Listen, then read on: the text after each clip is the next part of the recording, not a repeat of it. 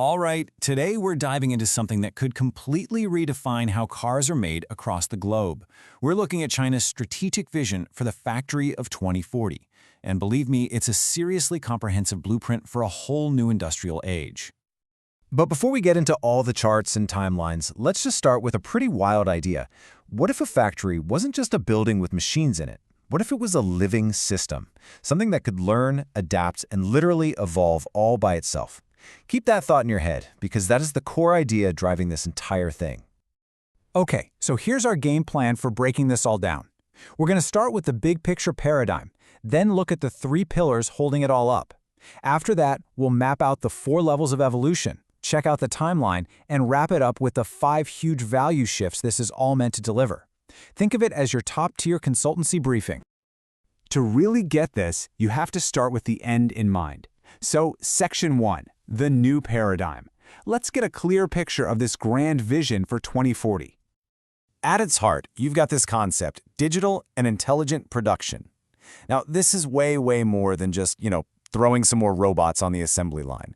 We're talking about a complete, top-to-bottom upgrade of the entire manufacturing process.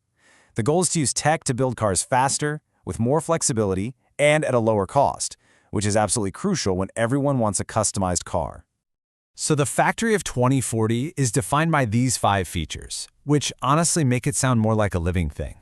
Its processes can be broken apart and rearranged. Its production lines can be completely reconfigured on the fly. Its capacity adapts to demand. The system itself is built to evolve. And maybe, most importantly, data isn't just something you collect, it's a core asset that adds real value. Okay, so that's the vision.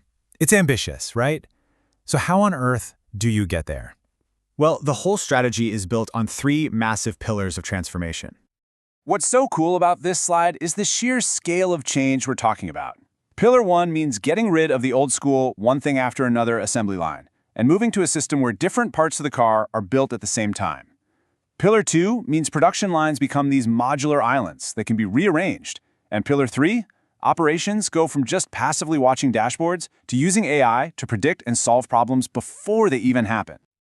A vision this big needs a clear step-by-step path, right? You can't just flip a switch. So the roadmap breaks the entire journey down into 4 distinct levels of factory maturity.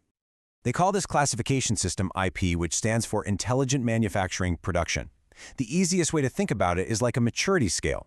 It takes a factory from IMP1, which is just a basic digital setup, all the way to IMP4, a fully self-evolving ecosystem. This isn't just a technical guide. It's meant to be a competitive benchmark for the whole industry. And this table just lays out the entire evolution perfectly. You start at IMP1, you've got digital designs and dashboards. Data is basically just a record of what's already happened.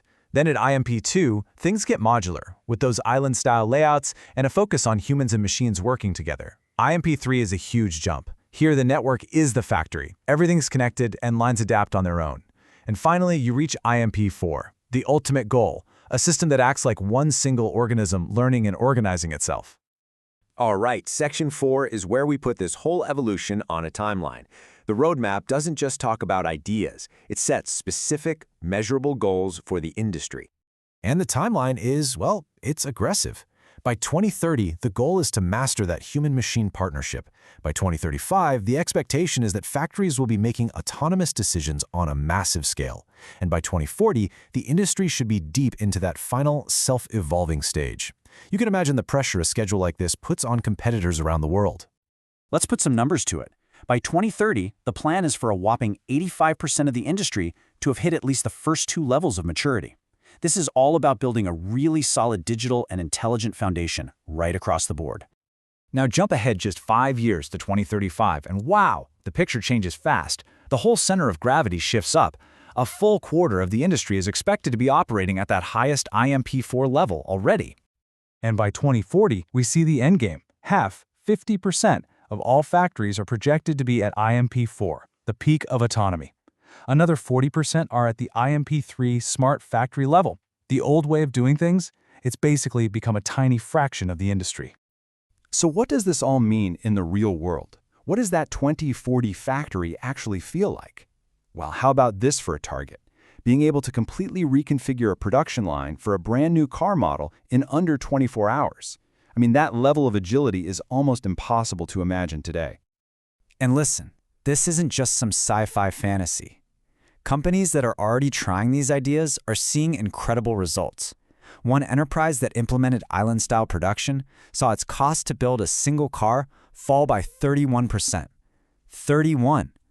The business case is already proving itself out. So we've covered the what, the how, and the when. To wrap this all up, let's get to the most important question of all. Why? What's the point? What is the ultimate value this whole transformation is supposed to create? This slide right here, this is the ultimate payoff. This is the whole game. Manufacturing stops being a rigid, expensive cost center and becomes a flexible, proactive, intelligent value engine. It's a fundamental rewrite of your competitive advantage, moving from a static system that just does what it's told to a self-learning ecosystem that actively drives the entire business forward. So, this incredibly detailed plan lays out a clear blueprint for the future of how we make cars. But it leaves us with one last really interesting question, doesn't it? If this is the roadmap for the auto industry, what industry is next?